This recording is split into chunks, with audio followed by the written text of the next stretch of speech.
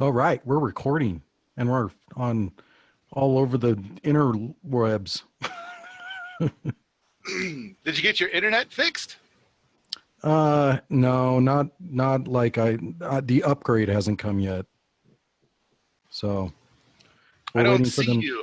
I see me. Is there a reason why I don't see you? Because I'm ugly and I don't want to show myself. So, all right. So they haven't brought in the additional modem yet. Supposedly they had a guy come look. I don't know. We'll see, but I hope it will be soon. So then, But you got good news coming. Well, hopefully you're working on that for me. Yeah. But yeah, we. So, what a day it's been. We sold all the tickets to the PDC are sold. They're all gone. Yes. Yeah. So we have, but we've come up with a plan so we could squeeze in 6 more students. Nice. And so we're, but it's like I haven't been able to get out to do that yet, to change the pages. So so like if people if somebody's watching this, what we're doing right now, and they go and they buy a ticket, I will honor that price, but it's only going to be up probably for about an hour after we're done recording this today. Okay, so like 4 p.m. Pacific, you're not going to get that opportunity. I got to get out there as quick as I can. It's been one of those days where everything's happening at once. But hey, Jocelyn's been working hard to tidy up my office background. Does that look all right? It looks pretty nice. She found all kinds of, like, she found my advanced master gardener certificate. I think there it is, the green thing back there. She had it framed. Oh. I either put away someplace where you could never find it, or I just stuck a tack in it to hold it up on a wall. And she's like, you gotta frame it. So I use them for bookmarks. What's that? I use a lot of those certificates for bookmarks, and I know I shouldn't. Oh, there you go. For our PDC, our certificate is going to be a magnificent work of art. Nice. I've seen it. It's not done yet, but I've seen like how far. So Tracy, she's on the staff at Permies. She is a watercolor artist, and she is making a certificate that we'll be able to print with, and put people's names in it and stuff like that. But it'll be worth hanging on your wall, cool. Stuff like that. So, hey, we've got a big topic today. Yes, we do. Awesome. Wait, are you talking about the video? I'm talking about the video. Did you have something else to talk about? Well, you were just talking about artwork. I wanted to show something to everybody real quick here. Okay. We'll go with, this was the first iteration. So it's Little Paul and Little Josiah. Okay. Here's the second iteration.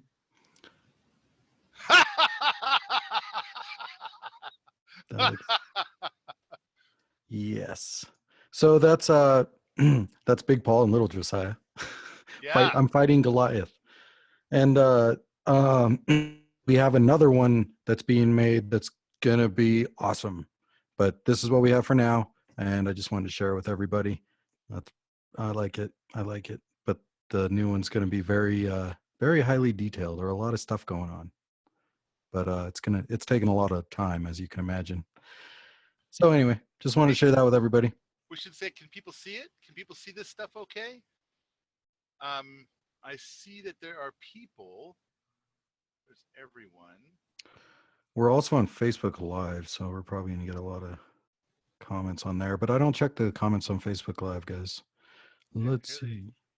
Here they come. They can see it. Okay. Yep. All right. So there you go. Permaculture Smackdown logo. All right. So yeah, you sent me this awesome video that was, I think he put it out like on the 22nd. It was just a couple days ago. Yeah, February 22nd. So 6 days ago. And we want to share it with you. And what we're going to do is play it, pause every once in a while. Paul's going to play it, and then either he's going to pause it or I'm going to say pause it. And we're gonna talk about stuff in this video. I got an email today asking for references to other profitable small-scale permaculture farms in Europe. And I get emails like that nearly every week. And to be honest, there really aren't many that I can think of in Europe. That got me thinking, because if we can make it work from up here at 59 degrees north with a really short grow. Okay. So, I mean, first off, Sepp Holzer's place. I mean, the profit with Sepp Holzer is profound. And not only that, but, and I'm pretty sure that this guy, Richard Perkins, has been to Sepp Holzer's place, because I subscribed to his channel today, and I think I saw a video there of Sepp Holzer's place. So I think he went there and took the video. Oh man, have you been? Oh, I've never been. I don't have a passport. So but you know, of course, we advertise. Every time that they do a big trip out there to Sepp's place for Americans, because you got to have a translator. Yeah. You just go there by yourself, and you don't understand German. it's gonna be miserable. So, but there's this guy, Zach Weiss. He sets up these trips to go over to Sepp's place. From the United States to Sepp's place, and it's usually like a compound trip. Like it's a full tour. Like you're gonna be there for 2 weeks. You're gonna go and see Sepp's place, see Sepp's other place. You're going to experience a bunch of different things. It's a pretty rich event. And so, but all right, he just said that you can't think of many examples, and I kind of feel like my first thought is the whole thing about Gurt. Have you read my essay about Gurt? No. Okay. So in this essay, I talk about Fird and Gurt. So Fird lives in the city, and he's got a job, and he has to work 40 hours a week, and he spends, you know, he's got a half-hour commute each way. So there's another hour a day each day. So he's got 45 hours a day that are consumed. Then there's like, how much time does he spend going to the grocery store to get food, or going to restaurants to get food, and gas money, you know, driving back and forth from grocery stores and restaurants, as well as waiting in lines and things like that for his food. So there's a certain amount of time that goes into him getting his food and eating his food. And then compare that to Gurt. And Gurt, I'm pretending it's a fiction. Gurt is living the permaculture dream. And so, you know, Gurt spends all of her time harvesting food and preserving it. But she's like, instead of working 45 hours a week and then spending an extra, say, 10 hours a week getting your food and whatever, then Gert's, you know, her full thing is 10 hours a week to feed herself with the food that comes off of her permaculture place. And then because she's realized the permaculture dream, then she doesn't really need a whole hell of a lot. And so then, so then, all right. So you're looking for the trying to find this out. It's going to be the millions of permaculture millionaires thing. So anyway, the key is that Fird has to use the money that he earns from his job in order to be able to, like, you know, what little is left after paying for a mortgage and your car payment and all of the little things that you need in order to be able to just have a job. Then after all of that, he's got this little bit of money left over that he uses in order to kind of give him something worth living for, to kind of anesthetize the pain of his existence. So, man, you are just looking at all my stuff. Good luck. Yeah, I know. You helped organize this, so, you know. Well, I didn't know you were going to bring this up. All right. And the thing is that Gurt has a bunch of money too, but she doesn't need to anesthetize her existence. And so in the end, you know, Gurt doesn't make nearly as much money as Fird, but Gurt doesn't need it. She's happy and content with where she is, and her life is far awesomer.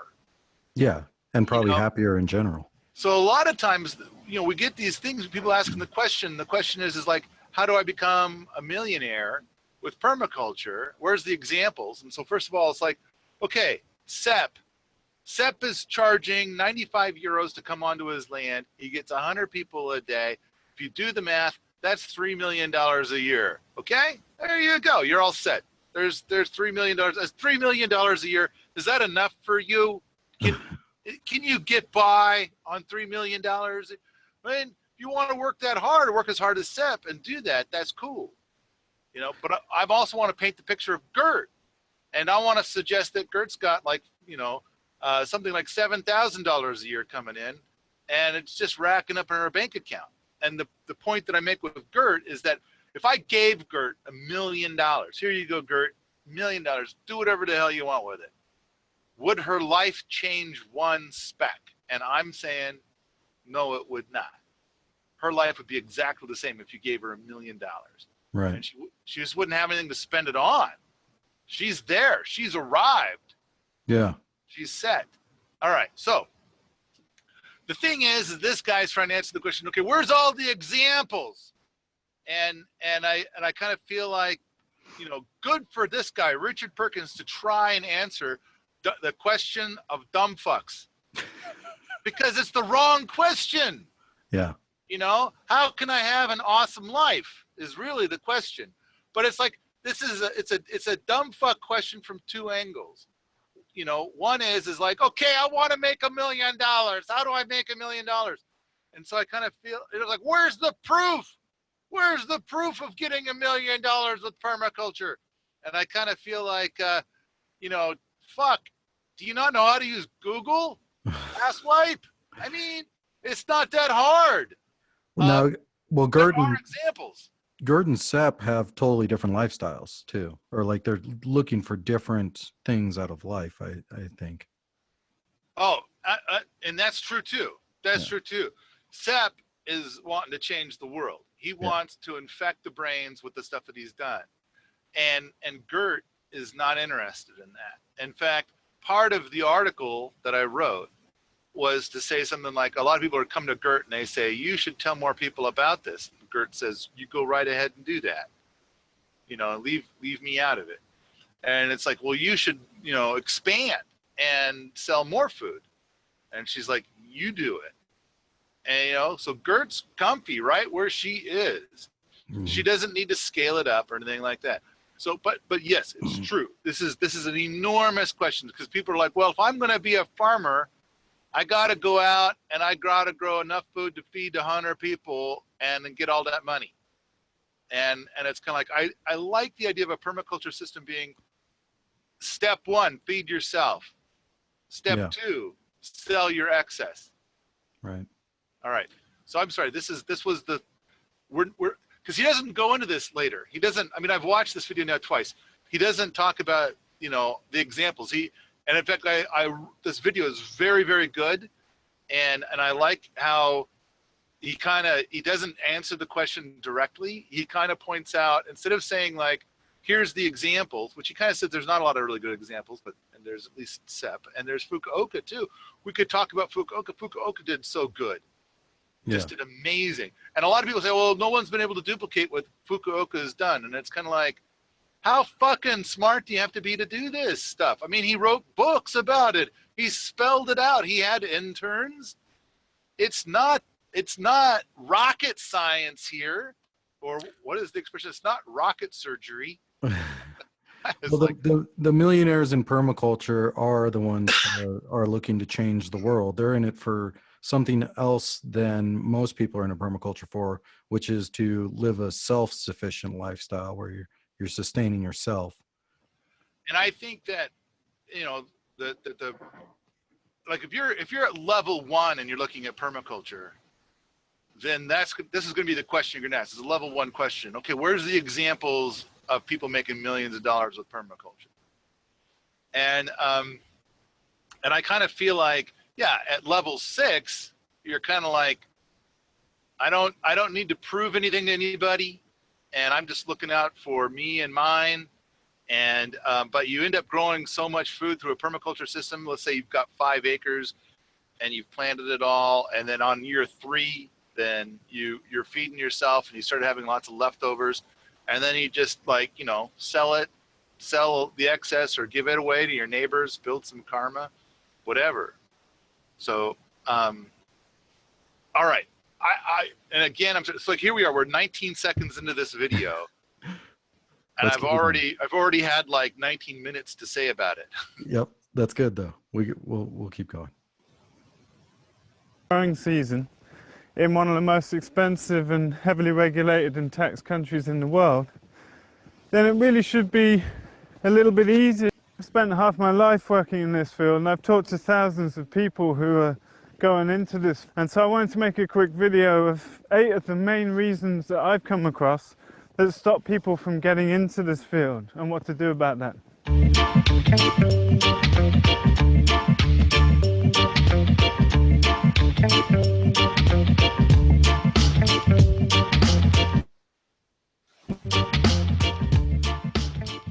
Really, the first point, and one of the biggest things for me that I've seen all over the world, is self-limiting beliefs. This yeah but kind of attitude.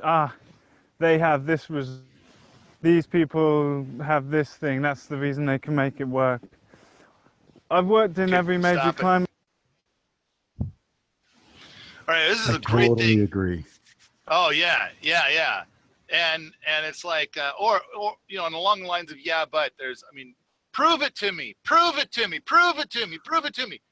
And then I've got that graphic that Olaf made where it's like, you must be this smart to ride this ride. And it's like, prove it to you. Why the fuck should I prove it to you? Because you'll just compete with me. Fuck you. If you're too fucking stupid to figure it out, then go do something else and leave us alone. So anyway, so the whole yeah but thing, and I love what Salatin has to say. He says a lot of people won't do anything because they'll point to Salatin and they'll say, you have an unfair advantage. And Salatin's position is, go and make your own unfair advantages. That's what's fair. That's what we all do. So like right now with Sepp Holzer, he says that like the locals, you know, of course they fought him tooth and nail as he did the stuff on his own land, which again, much like what Richard is saying, very regulated, you know, it's very tough to do anything. So now, today, the people in the local pub, they point up at Sepp's place. So people go in and interview the local townsfolk and say, well, what do you think about that Sepp Holzer guy? And they try and say, well, he can do that because he's got all those unfair advantages up on that piece of land. And it's like, oh yeah, that's because Sepp installed unfair advantages. Just like any dumb fuck could. But you decided not to. Sepp did the work. While Sepp was up there working and installing unfair advantages, you were down here in this pub soaking your liver. So, well, now with both examples you just gave, Joel and Sepp, they both inherited land. So there is one major step that they had above others, but there's a lot of people that have inherited land and sold it or just didn't do shit with it, and they still think that someone's got something better than them and they can't compete or they can't get into it. I have land. I didn't inherit it. Yeah. You know, and I'm just a giant doofus. You know, if I can do it, anybody can do it. But I mean, like, there's other ways. And not only that, but like, I have to like do crazy shit to bring people in to have land, because it's like, you know, you got to go and you got to work for so many years to try and come up with enough money to be able to buy land. And like, I've got my boot camp program now. You come, if you were to arrive here today, I'll work you for 18 months and I'll give you an acre. And then you do whatever the hell you want. It's for life. You have this acre for life. You know, it's like 18 months, or you got $21,000. I'll trade you 21 grand for an acre, and then all your neighbors are permaculture folks and shit like that. And or Ant Village. It's for $1,200. Then you get to have the acre for the full year, and then you just for each year you can do a little work trade with me, or you can pay rent, whatever is convenient to you. I kind of feel like I've come up with 50 different ways to help people get a permaculture start with land. It's just so you don't hear the bitching and the excuses. Yeah, and it's like and they won't. I put it out there and I offer it, and it's like it doesn't do anything. I have to sell it to them. Yeah. Well, I don't know if I had that, how would I pay for my cell phone? Yeah. And it's like, really, I have to solve every fucking thing before you're able. You can't do that much imagining. I mean, I'm just giving you a massive unfair advantage over all the other schmucks out there that are looking for land. And it's like, I'm asking for so little. I think so many people have been babied and coddled in this society that they no longer feel they can do things, or they're always looking for an excuse that they're not good enough or whatever. Oh, by the way, for any of those programs, richsoil.com to get more information on that. Now, in that same look, there's other ways too. You look at what Curtis Stone has been doing, what Heather at Fleet Farming has been doing. There's other ways to do permaculture without owning any land. These people are using other people's land for permaculture to make profit.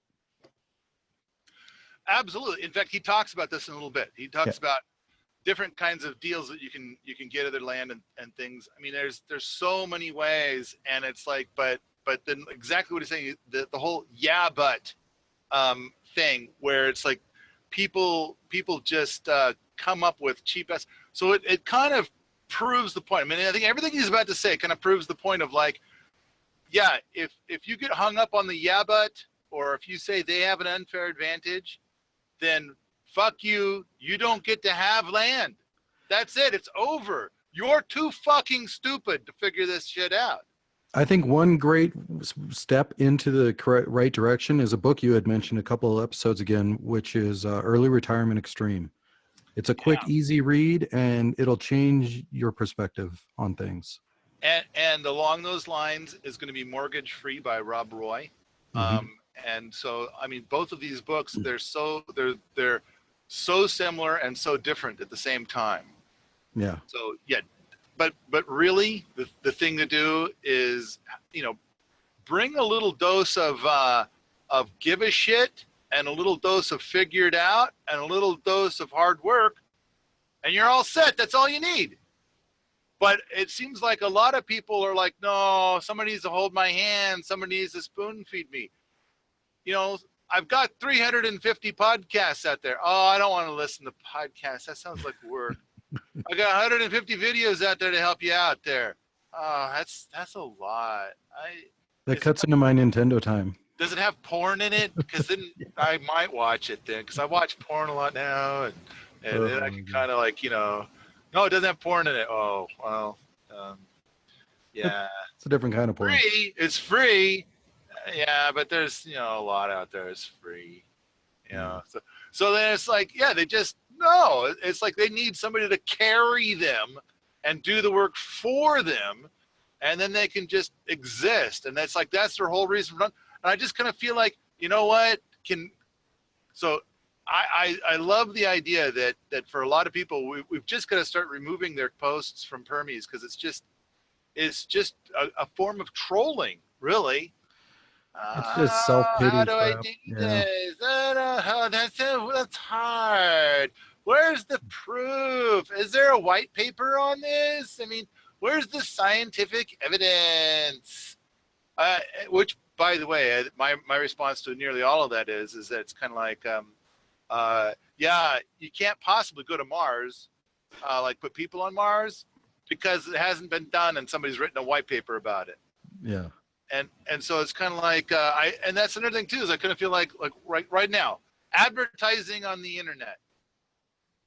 People are like, oh, I'm going to advertise on the internet. So they're going to do all the stuff that's been done since 2009, since 1999. This is how they advertise on the internet. That's the only stuff available. And now, of course, all that stuff doesn't pay shit anymore. So what do? And it's like, no, if you want to make money, you're going to have to come up with something creative. Yeah. Something new. That's where the money is, not just repeating what other people have done. I'm not going to do it until 100 million other people have done it. Then I'll do it. By then, there's no money in it. Yeah. By then, someone's innovated and come up with a new idea. Man, the latest example of that's got to be Uber. Those guys totally changed. Anyway, all right, let's continue. All right. Its own across several continents, and it's always the same. People are limited by their own beliefs. It's too wet here. It's too cold here. It's too dry here. It's too hot here. That won't work here. And really, it's to your own disadvantage. If you have that kind of attitude, then you kind of half failed already. And that needs checking, because really farming has a lot to do with your attitude and aptitude. This is not a livelihood that would suit someone looking for a cushy 9-to-5 sort of life. It's a life that involves constant creativity and responding to problems as they turn up, and just the attitude of doing whatever needs doing when it needs doing. And I think that can be a big reality shock for people coming into this field from different professions. And indeed, I think that's a big problem with the permaculture movement. A lot of people coming into this sort of lifestyle that don't have any background in production and all the wide skill base required to run a farm. It has offered a double-edged sword at the same time as opening people up to all kinds of possibilities. I wanted to stop right there where he was talking about not having the skills to get into the field. And I think that's changing greatly. You can find permaculture people around you. I mean, Permaculture Global has a great map, which Permies is integrating with or planning on to, and where you can see someone in your area that's doing it, and you can go visit with them or start up a meetup group, or you can do what we're doing at the Learning Center, PermaEthos Learning Center, and sign up for courses, because there's tons of online courses being created now on how to do all these different skill sets. And then, I mean, there's so many ways, especially on the internet now, and especially with how fast it's growing, that you can, and not even in the permaculture market, you could go to a farm that's not permaculture, and just while you're working there or apprenticing there or whatever, learning from that farmer, you can be applying permaculture principles you've learned to what you're learning there. Or see, and it's a much easier way to see how permaculture fits in to like what other people are doing. So there's tons of ways that you can get the skill sets to get into permaculture or farming in general. I agree. I think that there's oodles and oodles and oodles of information. It's just get off your ass and find it. And then some people are like, oh, the books are too expensive, and it's kind of like, you don't need the books. Oh, the PDCs are too expensive. You don't need a PDC. Yep. I mean, I think a PDC will teach you something. It will bring you up. It'll, There's free PDCs. I mean, if you need to, you can go with a free one. Oh, you mean like the free online stuff? Yeah. I mean, it's basic, it's not my favorite, but if you don't have any money. All right. So there's one of the free online stuff, which everybody should steer clear of. You know which one I'm talking about, Josiah? I do. We won't bring it up, but Josiah, you know what I'm talking about? yeah. So There's, but the information's out there. If you need a guideline of what to look up, just look at the roster or the curriculum of a PDC. Like what's going to be taught in this PDC, and then just start searching for that stuff on YouTube or wherever. Yeah, get it verified. But I mean, I would think that there is some free stuff out there as far as a PDC. But all right, the key is like get a PDC from somebody you know and trust, or there are some online ones that are through universities that are pretty cheap. And so, all right, but you don't need a PDC. there's tons of information. And then there's the things that are like woof, that you can go and do. Some are better than others. It can be challenging. I mean, we've got the permaculture boot camp still has openings here. People could come and do that. But I'm gonna actually counter what I'm saying by something he's gonna say later on. But I'm ready to move forward with this more. All right. So, fed dreams that aren't based upon reality to a lot of people. And I think some of the idealism in the permaculture world needs to be swiftly replaced by pragmatism if you want to go into any form of production as a livelihood. And just as we will encourage conventional farmers we work with to start thinking outside the box and diversifying a bit, we will also tend to rein in idealistic permaculture-minded people and get them to narrow things down a bit and simplify a bit. I think that's an important point to reflect upon. All these points really go hand in hand, but perhaps the one that underlies and ties them all together is context. The work of Allan, Savory and holistic management. It's amazing. All right, so for the thing he just said about reining in idealism, I think that the best way to counter idealism is something that he's going to talk about later on, and it's like you just got to build these experiences. And it's like, when you actually raise chickens, then suddenly all your idealism has to balance out with the work involved. So for all the different things you might do of planting and harvesting and preserving the harvest and stuff like that, suddenly the pragmatic angle is going to, come into play. And so he's basically saying the idealism needs to be balanced out with the pragmatic. And I think that experience is what's called for there. Yeah, and along those lines, I would also say that a lot of times what people fear about getting into whatever the field is, like raising chickens, usually ends up not being the hardest part. There's something you didn't think of that ends up being what kicks your butt or what you get the best learning experience out of. But yeah, you're not just to jump in and just do it. Just get a couple chickens and start. Yeah, and I think that while there's a lot to be said for how quickly you will learn, like if you go and you get 6 chickens and you start raising the 6 chickens, and then you're thinking like, I want to get 12, I want to get 24 or whatever. You will learn a hell of a lot, and that is a way to do it. It would be nice if you booked up a little bit before getting the chickens, but really, what a lot of people do is if they choose to book it up, it might be 10 years until they actually get chickens. Right. And so then the book doesn't make a hell of a lot of sense. So, well, I think most people have booked up a little bit. Like if they're going to go get chickens, they've done a little research or at least watched some videos. I would hope so. You would think. And then of course some books are better than others.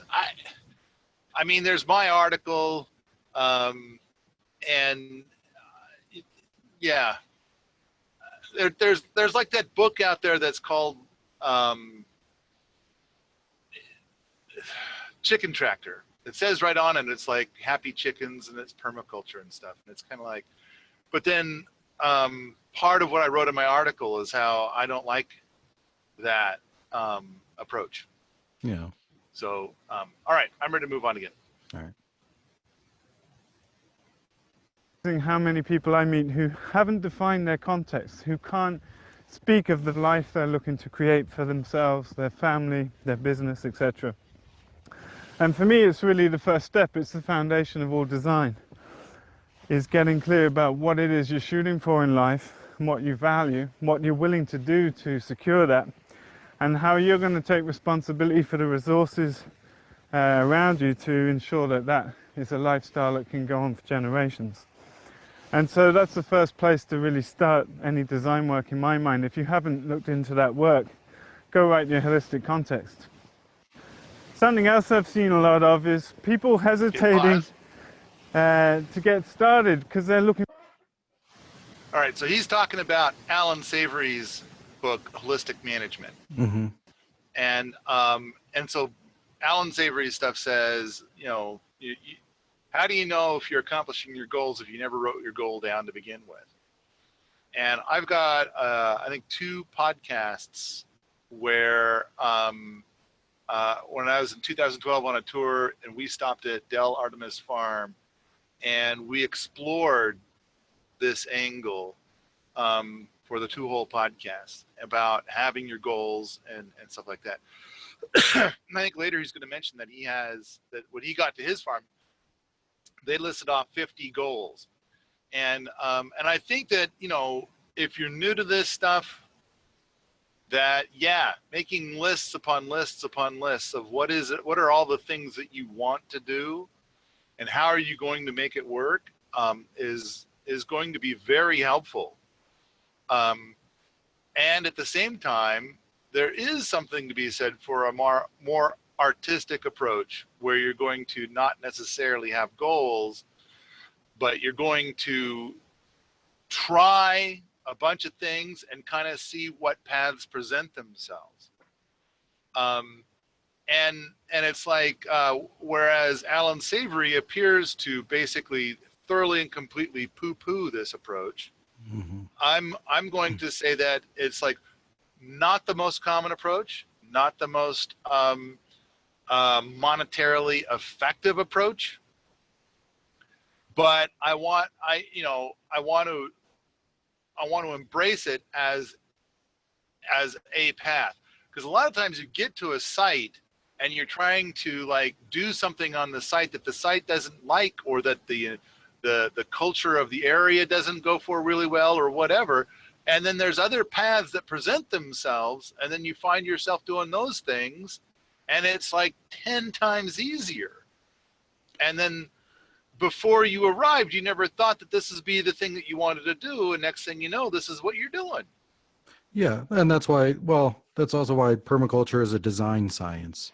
It's the idea of doing the design, or what is it, 75% thinking, 25% doing, or planning to doing. So you really think about what you're going to do, why you're going to do it, and how you're going to do it before implementing, and what it affects before implementation. I think that a big promise of permaculture is that you can be far lazier. That, Eventually. Yeah, but there's the key. Eventually. But it's a lot of hard work up front. And it is. It's giving a gift to your future self. Yeah.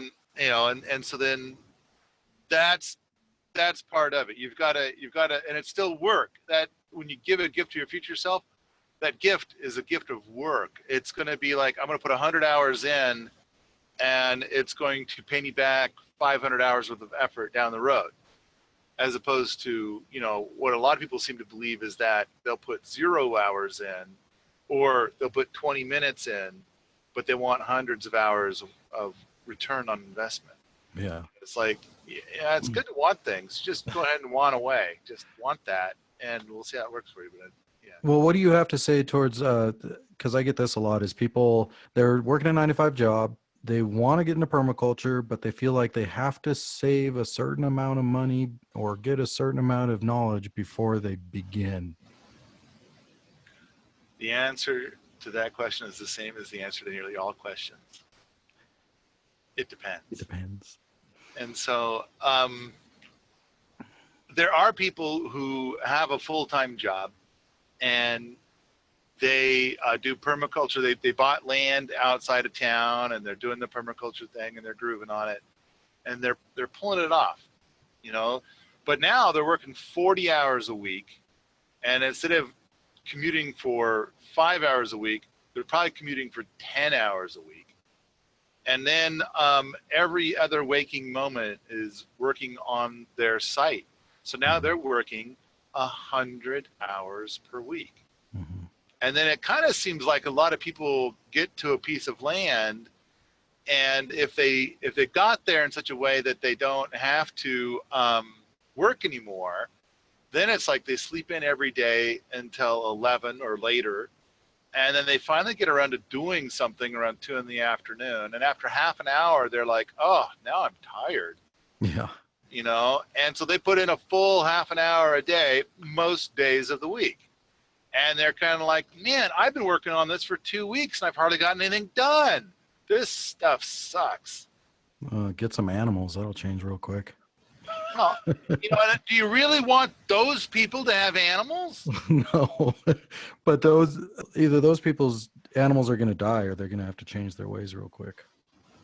They got to be fed. If you're going to keep them caged up, you're responsible for keeping them alive. Well, I think that you're responsible for giving them a life that's better than if they were not caged up and they were in their natural habitat. So chickens would be in the jungle. Mm-hmm. And so if you're putting them in a cage away from the jungle, then you've got to give them, it's like you have the responsibility to give them a better life than if they were in the wild. Yeah. That's just my thinking. I mean, I can nitpick that a little bit, but I don't need to. The only thing I was going to say is the chickens in the jungle look a lot different than our chickens. Well, I think you can pamper a chicken pretty damn good here in Montana. Oh, yeah. You know? Yeah. And so then the thing is it's like, okay, so this is where I kind of get into my chicken article and how I'm kind of like, here's what I don't like about the chicken tractor, because basically these chickens are, you know, in a teeny tiny cage all day long. And so then, you know, and then what they really want to do is eat bugs, but they can't, you know, it's rare that a bug ever finds its way there. And then in a very short period of time, they're standing around in their own shit. That's not cool. Yeah, if you're, yeah, I get what you're saying. I mean, most people that are doing chicken tractors are doing it for large scale meat production kind of stuff, where they're not caring about that as much, or about the life of the chicken as much, unfortunately. But all right, well, there's a lot to be said in that space. I think we should do a whole episode on that, because you had a great article and I've read it and I've listened to the podcast on chickens, and I agree with a lot of what you have to say from different angles. But let's continue the video. Yeah. For this perfect place. And really, there is no perfect place. You know, there are pros and cons to any site you could possibly find.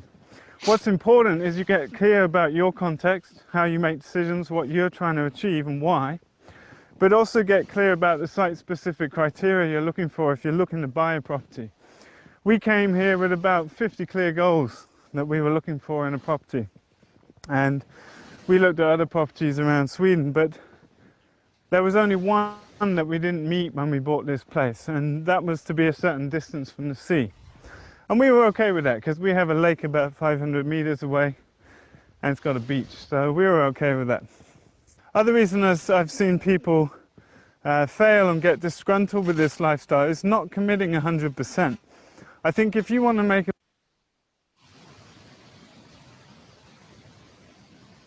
Picking the right property. I have a great book. Hold on one second. I think we might have talked about this before, about picking the right property. At least, in the last episode, didn't we talk about? I think I might have waxed on a bit about what I think is good for picking property. Yeah, we did, and that made me dig out an old book that I wanted to share with everybody. This was written in like 1974. Yeah, I think I had that book a long time ago. This book. There's a lot of great information on what you should be looking for in your soils, and I mean, there's the legal stuff. Very cool book for 1974. I don't know if they did another edition. I should look that up. But anyway, yeah, I think a lot of people limit themselves on the property they've gotten, or just stick with a crap property because when they bought the property, they were in it just for the view, and now they want to do permaculture stuff. You know, it was a couple of months ago. I came to a realization, like my path to permaculture, my path to what I have now, is probably very, very similar to what most people are, and that is that you're on an urban lot and you have the capacity to grow a garden. So you grow a garden that's a shitty garden, and then you read up, and then you grow a better garden, and then you're starting to really groove on gardening. And it's like, next thing you know, when somebody says, "What's your deal? Who are you?" You say, "I'm a gardener. I love to garden." And then you run out of space. You know, that lot is just too small. You've got so much more that you want to grow, but you just can't squeeze anything more in there. So you buy a bigger lot that gets more sun and has better soil. And, you know, and then next thing you know, you're out of space again. It's like, Yeah. I Then you want learn to about grow ponds. 25 different species or different varieties of apple, and I want to grow a bunch of different peaches and apricots, and I want to grow nut trees, and I want to grow, and I need space. And so then you end up buying real acres. Yeah. And so then, of course, the way everything works, the way that you pull it off is very different from gardening. You thought you could just garden more. And it's like, no, now it's different. You can't make that much compost, dude. Just not going to happen. And so it's like, and then of course, exactly the thing you're saying is, and the exact same thing is finding that perfect piece of land. And it's like, I read that book and I had my criteria. And there were certain things about, because I ended up on Mount Spokane, and it's kind of like I ended up like, I did a bunch of amazing permaculture stuff on this piece of land, but when the opportunity presented itself for me to bail, I bailed. Yeah. It was like, you know, the culture there is like very, like my neighbors, the neighborhood, and even like the county. It was rare to find anybody who had interests that were even similar, and just to find organic stuff was almost impossible. And then it's like the local farmers market had 6 people in it, not like in Missoula where it's 8,000 people. Yeah. It's like, and so everything was just kind of spooky, and it was harder work. And the soil was not very, the soil had problems. So Well, not only that, I tried looking into all the things and getting the perfect piece of property, it ended up being not so perfect. yeah. Well, as you were like you were saying, you make your garden and then you want to build more so you get a bigger piece. It's kind of cool to start from scratch, especially when you've done it a little bit and you get into design and you're thinking about all the different things you would have done differently or what you want to try. Now you don't have enough land to try it. It's really feeling to start from scratch because you're getting a blank sheet of paper, basically. So that's a lot of fun. The only holdup I see with some people is that they feel like they put so much work into it, they don't want to do it again. But I don't think that's very common. I think what's more common is people are excited to start from scratch and do it again. I think what's common is that people get a place and they keep their job. And so they're stuck in that area. And then they end up burning themselves out in 3 years. Yeah. But I think an important thing, what this guy just brought up, was that people don't want to put in the time. And it's kind of like a general rule of thumb is that people that travel this path for the first 3 years, you're putting in 100 hours a week. So yeah, lack of commitment. And it's like, you don't have to put in 100 hours a week. You can get by with less than that. But a lot of the people that are doing it are putting in 100 hours a week. And I just described a scenario a little bit earlier where people were struggling to get in like 4 hours a week. And you're going to be frustrated because things are going to fail when you're not working, stewarding the land and your projects, and things stop working. That's going to get frustrating for you, and it's going to make you want to bow out. Yeah, and so I think the most common path is burnout. Yeah, burnout path, and I think that what happens is that you'll get, and then in fact this is going to be a thing that's going to end in the demise of many couples, where 2 people will both be, you know, totally on track for permaculture and homesteading, and then they get their land, and they get there, and they're putting in the time, and they're doing the 100 hours a week, and one of them is loving every second of it, and they wish that they could sacrifice sleep to do even more, and the other one is like just wants their spouse back. I just, well, yeah. And it's like, I want to go back to watching Netflix, you know, and ordering takeout, you know, or having pizza delivered, you know. Are you in a place where you can get pizza delivery? No. Yeah, me neither. It's like, there's no more pizza delivery. I, Not that you would want it, because of course it's not organic. yeah, And, yeah. you know, still, once in a while, wouldn't that be something?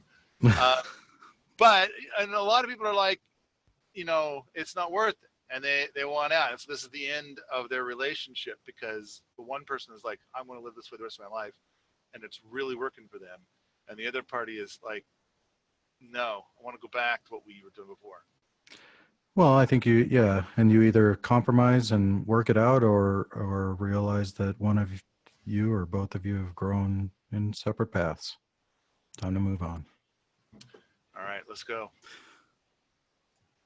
Living farming, you need to really go for it 100%. And that might require saving up money and I got an email today asking for references to Oh, you have I screwed got it the up. skills and energy and strength to do that. And that's been really effective. But I think, you know, there's so many amazing places that go and spend a season working with them and with your life. And oh man, can't believe I hit that. I just hit a button and it screwed it all up. Here we are. To really go for it 100%. And that might require saving up money and getting a little security in the bank before you start. But I think it would be incredibly challenging to run a land-based business if you weren't fully thinking about it all day, every day. And really what I think living as a farmer is that it's the little details, the little observations you make day to day that inform your decision making. And I think you can't possibly expect to be on top of that if you don't live in the middle of your farm, if you're not engaged with it wholeheartedly. And that ties into the next point, which is planning. And I think people often fail to make time for planning and making decisions, checking their economy, following up and monitoring their plans. But really that's also partly been a big hole in the permaculture world, is a lack of focus on business, often even a rejection of business or rejection of agriculture. And I feel like that's a big shortfall of the permaculture movement. I wanted to stop there because I 100% agree with him.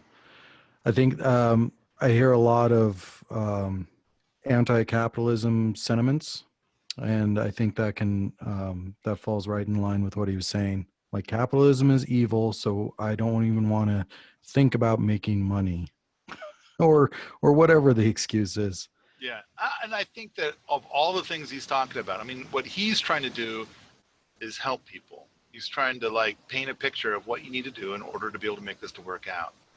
And and I'm to the point now where I'm really tired of trying to help people who ask these questions. And then instead what I want to say is like, when, you know, it's like, well, you know, we shouldn't have capitalism. And it's like, okay, then fine, go. I'm, you know, those people that love to do capitalism will do it. Those that are not into it, don't do it. And we'll see who wins. You know? Yeah. And I along the lines of some of this stuff is kind of like, I think it's totally legit. I mean, like, Gurt hardly works at all. And most of Gurt's light has no capitalism in it at all. But once in a while, she's got a bunch of extra apples or a bunch of extra zucchini, and she sells it or gives it away, you know, her choice. And then this is a big part of her income every year. Mm-hmm. But it's kind of so lackadaisical, and it's not, you know, like, oh, I'm going to try and get more money for it. But, you know, that's their angle too, is like, I think people can get more money for permaculture food and should be able to, but through marketing. Yeah, absolutely. That's fantastic. And I think Gurt might have grandkids or kids that she wants to put through college, or, you know, other things that I mean, there's all kinds of other things that money's good for, and you might want to have even if you don't need it. Okay, so Gurt's a fiction that I made, and so I'm telling you, Gurt has no kids. Okay. All right. And I mean, think about it. Like, you're gonna have kids. That's a hell of a lot of fucking work. and that's going to consume an enormous portion of your life. And now a big portion of your life is made out of obligations to provide for the children, which it should be. And of course, obligation is poison. So the thing is I think it's totally fine if somebody wants to say, I'm against capitalism. And so, it's like, great, go do that over there. And then of course, the whole thing about they don't have any business sense, which is the point that Richard's making right here, is it's like, yeah, there's a lot of people where it's like they want to have money, but they don't want to do the work. And I kind of feel like that's the people that are talking about like, oh, capitalism sucks. Basically, I kind of get the impression that what they want is to have a lot of money, and they didn't have to do work. They didn't have to do training. They didn't have to do anything special. They just had, they don't even want to have good attendance. They just want the money to come to them, and then they can go and spend it on whatever they want. They want to have just as much money as the rich guys, but without whatever the rich guys went through to get it. Or they've dug themselves so much in debt that all their work is going towards that debt, and they're not seeing the benefits of it. True. Turned off. So, business sense, and it's tough. It's tough. How are we going to get this to work out? How are we going to do the math? How's the math going to come out positive? And a lot of people are like, I don't do math. It's like, well, that's a choice, and I think it's a dumb one. But hey, that's it's your call. So, well, hopefully you recognize your shortcoming there, and we'll find someone that can help you do it. Yeah. And I've heard a lot of people say that too. Like, I need to get somebody who can do this part of my life for me, but I don't have, and I need to get somebody who's going to carry me into great wealth. And during this whole thing, they're going to be my bitch, as opposed, How about a partner? Well, they might choose to go with that label if they can have all the money without doing any of the work. You know what? I would say 2/3 to 3/4 of the people who contact me with a great business deal, and they're going on about how they are business people and they're professionals, 2/3 to 3/4. The deal is that I do all the work and they get all the money. And so I kind of feel like, getting into a partnership it can be a good thing. I mean, actually, let me change that slightly.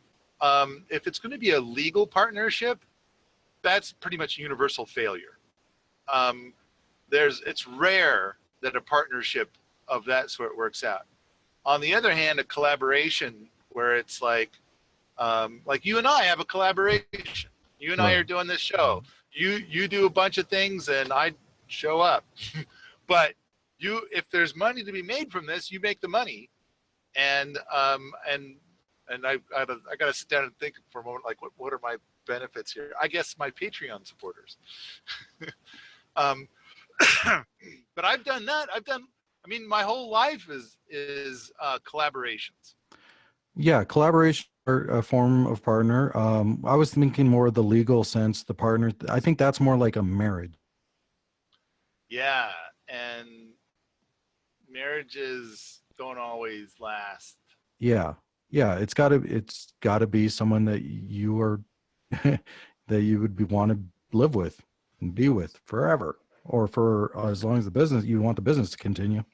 I like setting up short collaborations. Yeah, me too. And it's like the example I keep coming back to is like when Bart did the editing for me on the first 4 DVD set. Then I gave him all the footage. He put together a Kickstarter video. We had a Kickstarter. It was very successful. We divvied up the money. He did the editing, and he did the printing, and he mailed it out. And I took all the video, and I managed the Kickstarter. And then when the transaction was done, we had all the videos, and everybody from the Kickstarter was rewarded. Then we both had unlimited distribution licenses to sell as many copies as we wanted. That's a good collaboration. And so then our obligations are all resolved. We're all done with obligations. and life goes back to being pure. And it's like, let's do that again. That worked well. So Yeah. we did it again. So I'm going to interrupt us. We got a quick question from Michael. Michael wants to know, do you think most individuals get into permaculture because they want to use it as a business, or because they want to do it to produce food for themselves and perhaps later sell any excess proceeds? I think it starts out with people wanting to do it for themselves, and then they start thinking how they can make it a business and make money at it so they can continue that. Like, they love it and they want to keep doing it. I think they want people in the beginning, in the early days when they're starting it, they want both.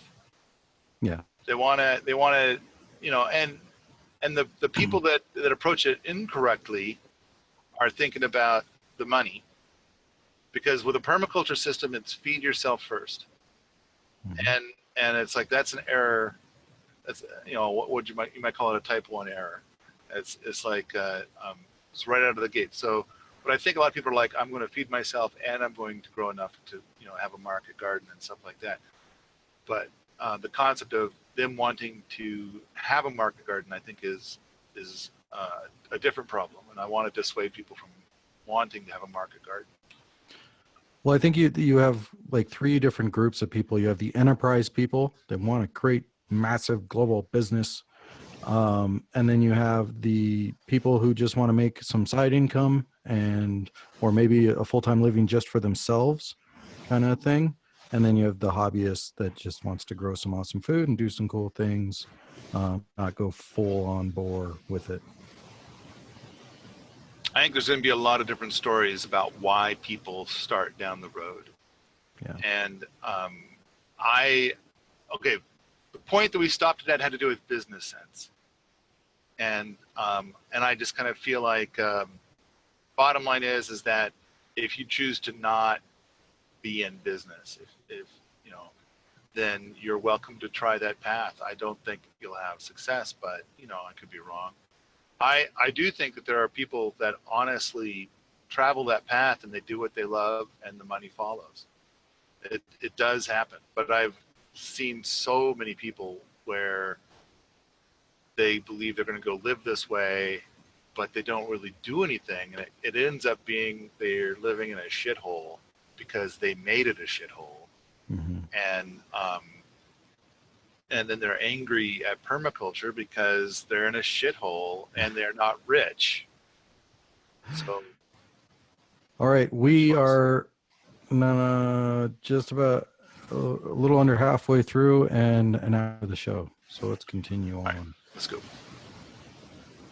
For me, there's a lot of idealism spread around, and there's very few people who have come into the permaculture space from a professional production background. And there's so much to learn from that world, so much experience to draw from. And yeah, I think it's, you know, if you put aside idealism to get pragmatic about the scale of your operation, the context, and putting the plans into context of the land base you have. I mean, all the enterprises we run here, for example, any one of them could be scaled up to meet a family's annual income needs in 6 months of production. But you need that planning in place to be able to scale up your plans and see what you need to do to be able to produce that income. And it ties back to the context in that you can't possibly plan and make decisions if you haven't clarified what it is you're looking to achieve with values that drive you underneath all that. And there's been a big lack of sharing of critical economics and working business models. There's just a lack of working permaculture farms in my mind, so it's hard for people to get experience in that. What I would say is something that is invaluable is spending a few seasons working at places that are really rocking it. You know, if there's somewhere you've heard about that's demonstrating viable livelihoods, working in a production model that you're interested in, go and spend a season working. Okay, he's right. He's right. That's why you should go and spend a season working at Ben Falk's place and not at my place. I'm serious. I mean, Ben Falk's got it going on. I mean, but you know, Ben Falk's like what, in year 15 or something like that, or maybe year 20. So you can go there and you can really see, and I think that that's really inspiring too, when you're in the middle of like, wow, it's here it is, really, really, you know, doing it. Here's what the reward is if you stick it out for 20 years. Whereas, you know, we're at year 3 and we're still in that. I like how Jeff Lawton puts it. I was doing a podcast with Jeff Lawton, and he said we need spiky weeds, and he's referring to people. Mm-hmm. You need some spiky weeds to kind of get things, and so we're still in that little bit of that. I mean, I think we're just starting to come out of the spiky weed phase, but the stuff that's here is going to be a little bit more rough and tumble. And we don't have epic food systems yet, like Ben Falk. You guys have the true grit. We're still in a little bit of grit phase. I mean, you haven't been out here yet. I know. And so got a lot to show you. We do have food systems, but you know, not nearly as significant as what Ben Falk has. And so. Well, yeah, but he's 15 years in, and you're like 2 years into this property, right? So we're still just getting started here, and permaculture is all about giving a gift to your future self. Now we have done a fair amount of earthworks, and we got a lot more earthworks to go. And but we have, for some of it, we've got like quite a lot of hugelkultur and a lot of berms built, but the soil is very poor, so we're still building soil. Yeah. For those systems, and building, we need I made an executive decision. Whereas on Mount Spokane, I went right out and I bought a fuck ton of electric fence, and I did all kinds of portable electric fence stuff. And then I had lots of animals the very first year. And here it's like I'm thinking, I don't want to do electric fence. I've decided that for the kind of beauty that I want, for the kind of plethora of life that I want, that electric fence is not part of that anymore.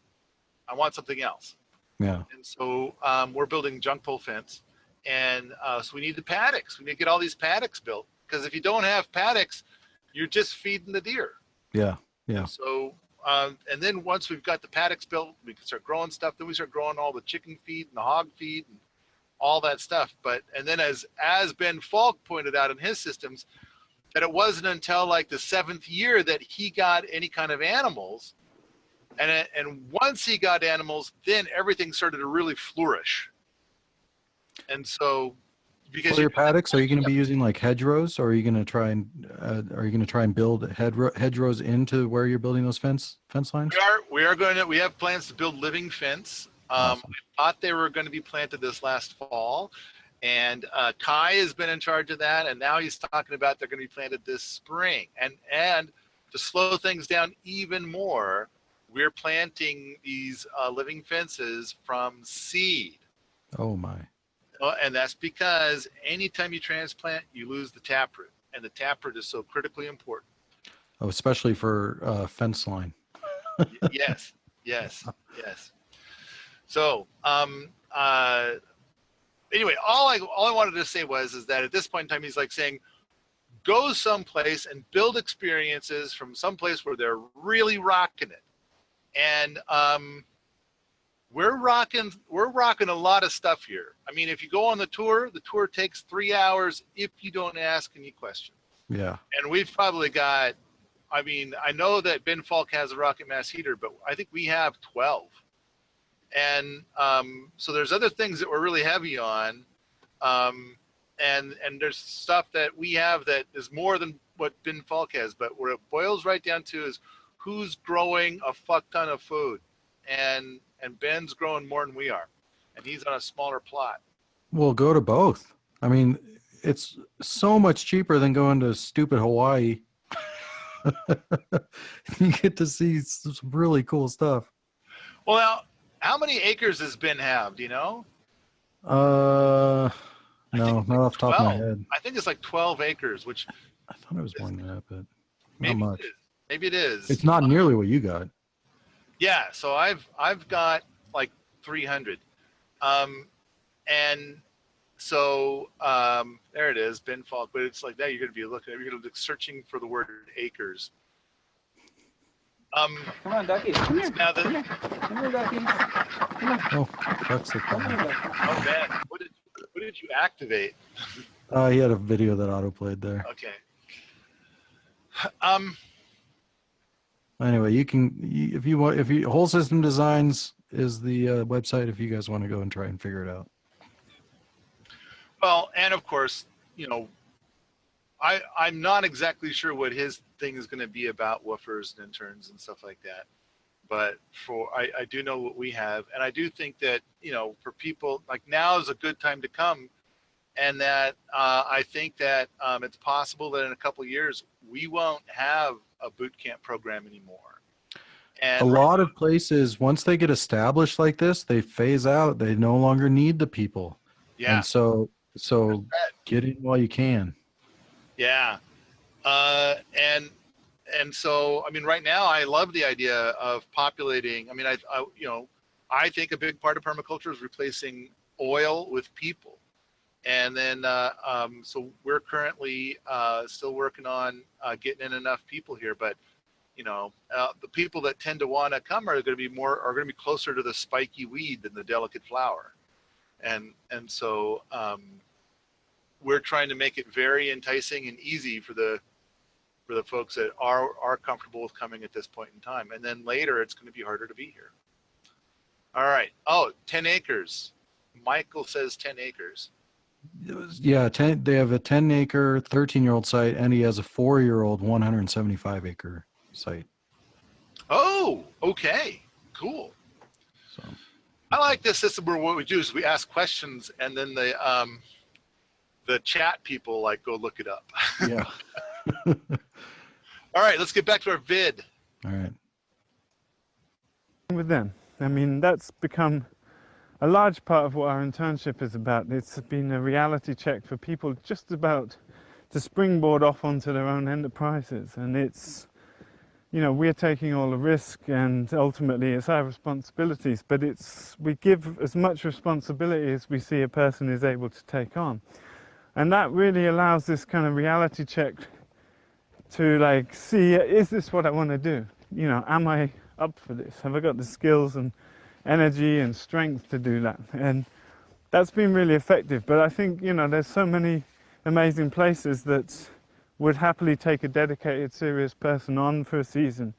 And you learn so much like that. And I say that because, you know, these processes we're working with, they're all based on complex things like economy, ecology, and society. And you can't learn about that stuff from courses, from books, from videos. It's ultimately your learning only really begins when it's your money on the line, your customer base, your production model. And, you know, I think there's another point in there about fear. The fear of failing. Okay, I wanted to bring something up real quick. I love that he said you're going to find out if you can do the work, because a lot of people coming into it don't have the muscle memory, which is a huge thing. And it's very difficult at first. It's easier as you get that muscle memory, as you do the hard work, as you get more in shape, because at first you're going to think, I can't do this. But if you stick it out for a little while, you'll find on the physical side, at least, it does get easier. Doesn't get easier, and you see people around you, it's getting easier for them, and it's just not happening for you. Maybe you're not cut out for it. So it's a great opportunity to go do like the ANT program overalls and really learn whether you can do it. I think that's true. I mean, we've had a lot. I thought one of the interesting things that he said is that there's a lot of farmers that want people that are, you know, dedicated and hardworking or something like that. And it's like, you learn a lot about yourself when you come out. And we've had, I'm thinking back, there was this one guy who got here, I think he was 18 when he arrived. And I think, and he was here for 2 months. and he was here for part of a workshop, and he did a work trade for the workshop. So he was here a month before the workshop, and then during the workshop, and it was a lot of hard work. You know, it was a workshop with work, and I think he said that, and I heard feedback later. I think it was from his mom, and she said, "I sent you a boy, and you sent me back a man." And so then, but he stuck it out is the big thing. Well, he came from Europe, and so it's not like he could just say, "I'm out of here." He could have, I guess, you know, but he stuck it out, and he had what it took to get through. And so he started off stumbling, but he stuck to it and got through it. Now, most of the people we see, they come for a few hours or a few days, and they say they're here for months or longer, but after a few hours or a few days, they leave. We had at Elijah Spring Farm, our tenants and people that were in training the woofers called it or told us we should market this as a weight loss program. Yeah. There's some truth in that too. And I don't know, I think that there's a lot of people where they're 18 years old and they have no idea what they're going to do with their lives. And they haven't found their passion yet. And I kind of think this is a great place to come. I mean, this or someplace else. It's a great way to go and find out what is your thing. What's going to be the thing that cooks your chicken? What's going to be your passion? Because you try a little of this, you try a little of that. There's a little natural building, there's a little gardening, there's a little, you know, fence building, there's a little bit of, you know, working with animals, and then you find out like what's your thing, and a little self-discovery in that way, which is probably more important and more valuable than a little self-discovery of like you're kind of a pussy. All right, I'm going to continue on. Fear in the unknown. Okay. I think a lot of people don't make the leap because of fear. Commitment is a big one I've seen, particularly for young people who have a very different lifestyle to perhaps our parents or grandparents, and committing to stuff long term, committing to livestock 7 days a week, 365 days a year. It's something that we're not so patterned into in our culture nowadays with our fickle kind of lifestyles. And I can see for many people it would be also just a big fear of, you know, a major life change. It is really a lifestyle, and it's a totally different way of life to most of society. And I think, yeah, it's obvious that fear is a big barrier for people. But like I said before, I think, you know, there's ways to test the water.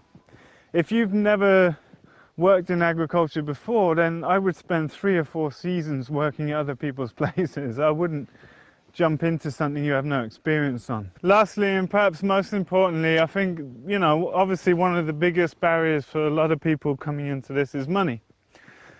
It's a big one. There's no magic answers to that. If you have no money, it's very hard to start a business. You need money to start a business. We started this farm with less cash in our pockets than most people spend on a car here. And we had a business plan, so we got loans. And, you know, if you clarify your context and have good enterprise budgets and spreadsheets, then that's one way to go about it. A lot of people inherit money, inherit land, and that obviously makes it a lot easier. But you can do it without owning land. You could do it on rented land. You could do it as a complementary enterprise on someone else's land. And that's the beauty of these models that we're demonstrating here, is you don't need your own farm to run any of these enterprises. And just as a story, the week that I came to Sweden, I viewed a property, several hundred hectares just outside Stockholm, would have cost tens of millions, beautifully fenced and lakes, and very nice property. And the old farmer, as is typical here, in his 60s, and cut the grass twice a year, and that was it. No animals, no farming going on. I took an experienced holistic management grazer with me and set up a meeting. And within an hour, I had full permission to run a pastured beef and chicken enterprise there at no cost. Turns out that they would have got higher subsidies if I was grazing the land, so it worked for them, worked for me. I didn't end up doing that because we decided that it fit our context better to actually purchase a place because of the things that we were going to actually do. But, you know, I just see that there's opportunities all over the place if you're really committed to going for it and you're not attached to how it's got to look. And that's the beauty of holistic management. Once you clarify your context, it helps you get rid of that attachment to life must look a certain way. And I've really enjoyed the fluidity of my management because of that. But yeah, it's, you know, the right person with the right attitude and pitch could happily set up an enterprise at my place if it benefited the farm as well as them. And I think that's true of so many people that own land and farms, you know. If you can find a complementary enterprise that works for everyone, then there's scope all over the place. I hope you benefited from this video. All right. Yeah, I wholeheartedly agree. And I think that's a lot more common than most people think. And they don't bother to. All right, you cut out.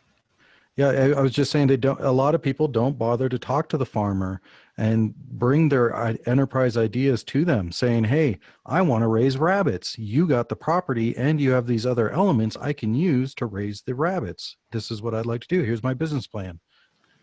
Well, as I was watching the video, once he got to the point where he said complementary enterprises, then I paused the video and I wrote that down because I've always felt like Salatin's word fiefdoms is a poor word.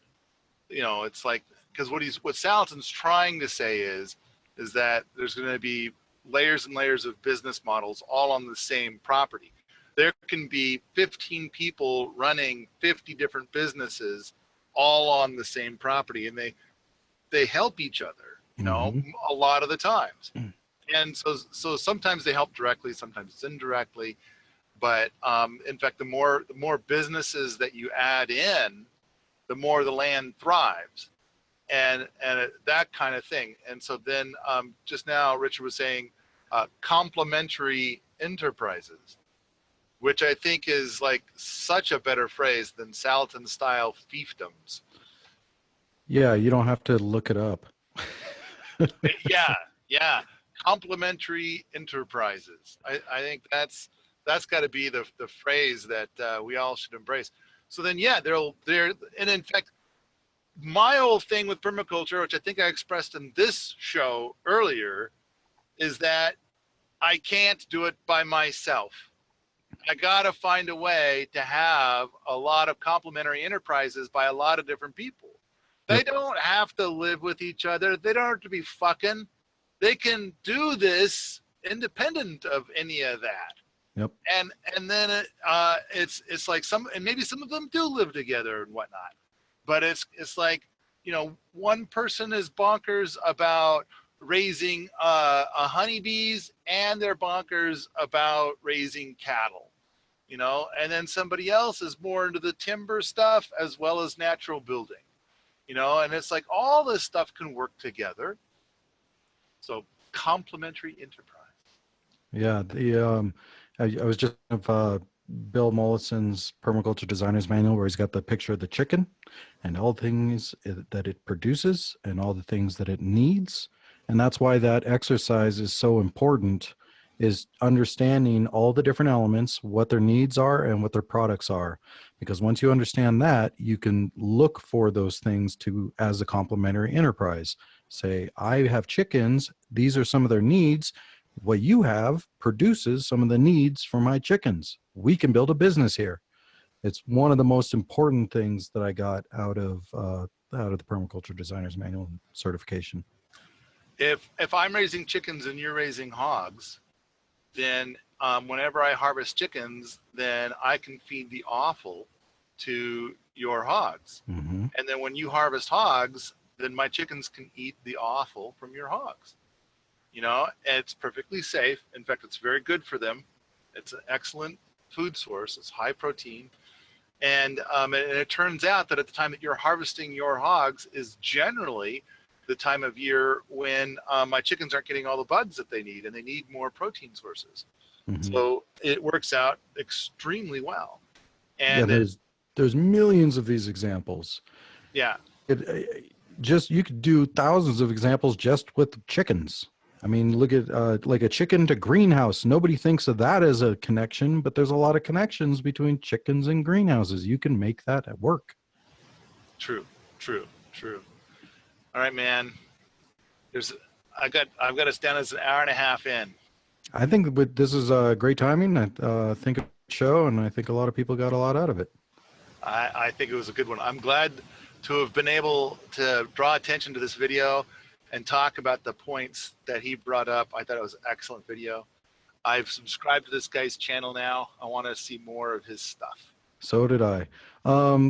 The podcast, we now have a podcast. You can find this show on iTunes and Google, and soon it'll be out. Google Play and iTunes, and soon it'll be out on a lot more.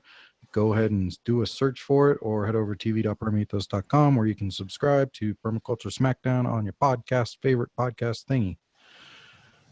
And we also have Permaculture Smackdown Facebook page now, so you can go over there and like it and follow us on there and see all the live streams and all that. Thank you very much, guys. Until next week, Paul. Joe. Anything else? Anything else you need to say before we wrap it up? 6 more, or you're going to offer 6 more tickets. And so you go to richsoil.com/PDC, and we can find out more about that and when it's available. True. I mean, like right now it says 2 tickets available, and somewhere in the next couple of days I got to find the time to go change that message. And so if somebody went and bought a ticket right now, I'd honor that. But I need to hurry up and get out there and change the message. But we're going to offer 6 more tickets at a much higher price. And I don't know what that price is going to be just yet. But, I got to go and crank the numbers. Get on it, guys. All right, everybody. Have a great week. Bye. Bye.